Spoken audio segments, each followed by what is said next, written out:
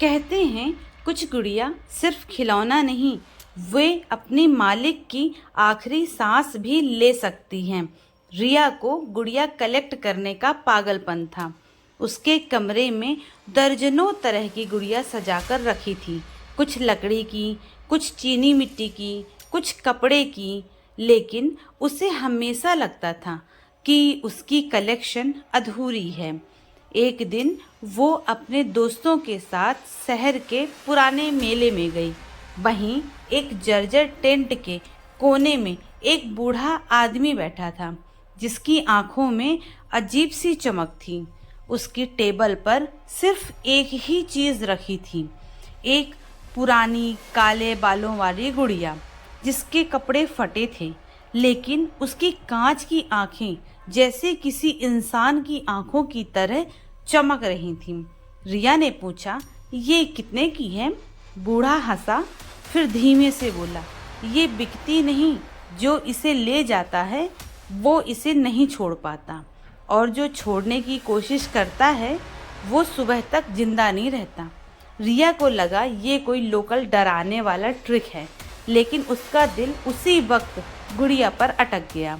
उसने पैसे थमाए और बिना सुने गुड़िया लेकर घर आ गई। पहली रात रिया ने गुड़िया को अपने बेड के पास शेल्फ पर रखा। करीब आधी रात को उसे खिलखिलाने की आवाज़ आई, ना ज़्यादा तेज ना ज़्यादा धीमी। लाइट ऑन की तो गुड़िया उसी पोजीशन में बैठी थी, लेकिन उसके हाथ में रिया की हेयर पिन थी, जो उसने ड्रॉअर में रखी थी। दूसरी रात रिया के कमरे का आईना धुंधला हो गया था। जब उसने उस पर हाथ फेरा तो नीचे से लाल रंग के अक्षर उभरे, अब हम दोस्त हैं हमेशा के लिए। तीसरी रात रिया ने तय किया कि ये गुड़िया खतरनाक है। उसने इसे एक पॉलीथीन में बंद किया, रस्सी से बांधा और घर से दूर नदी में फेंक आई। रात को चैन से सोने की कोशिश की, लेकिन ठीक 3:03 पर आंख खुली। उसके तकिए के पास वही लुबुड्डू डॉल बैठी थी। इस बार उसके गाल पर लंबा नाखून का ताजा निशान था।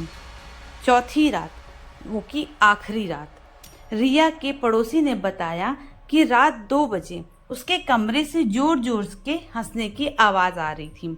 जब उन्होंने दरवाज़ा तोड़ने की कोशिश की तो अचानक अंदर से सब शांत हो गया। दरवाज़ा खुला तो अंदर सिर्फ लुबुड्डू डॉल थी और फर्श पर खून से लिखा था, अब वो सिर्फ मेरी है। रिया का कोई पता नहीं चला। अगले दिन अखबार में खबर छपी, युवती रहस्यमयी तरीके से लापता, कमरे में सिर्फ एक पुरानी गुड़िया मिली। अगर कभी किसी खिलौना बाजार में काले बालों वाली गुड़िया दिखे तो उसकी आंखें आपको देखकर मुस्कुराएं तो नज़रें मिलाने की भूल मत करना। हो सकता है वो तुम्हें ही ढूंढ रही हो, वो आपको अपना नया खेल बनाने वाली हो। अगर आपको ये कहानी पसंद आई तो वीडियो को लाइक करें, कमेंट में बताएं कि आपको सबसे डरावना मोमेंट कौन सा लगा, और ऐसी ही सस्पेंसफुल हॉरर के लिए चैनल को सब्सक्राइब करना मत भूलना।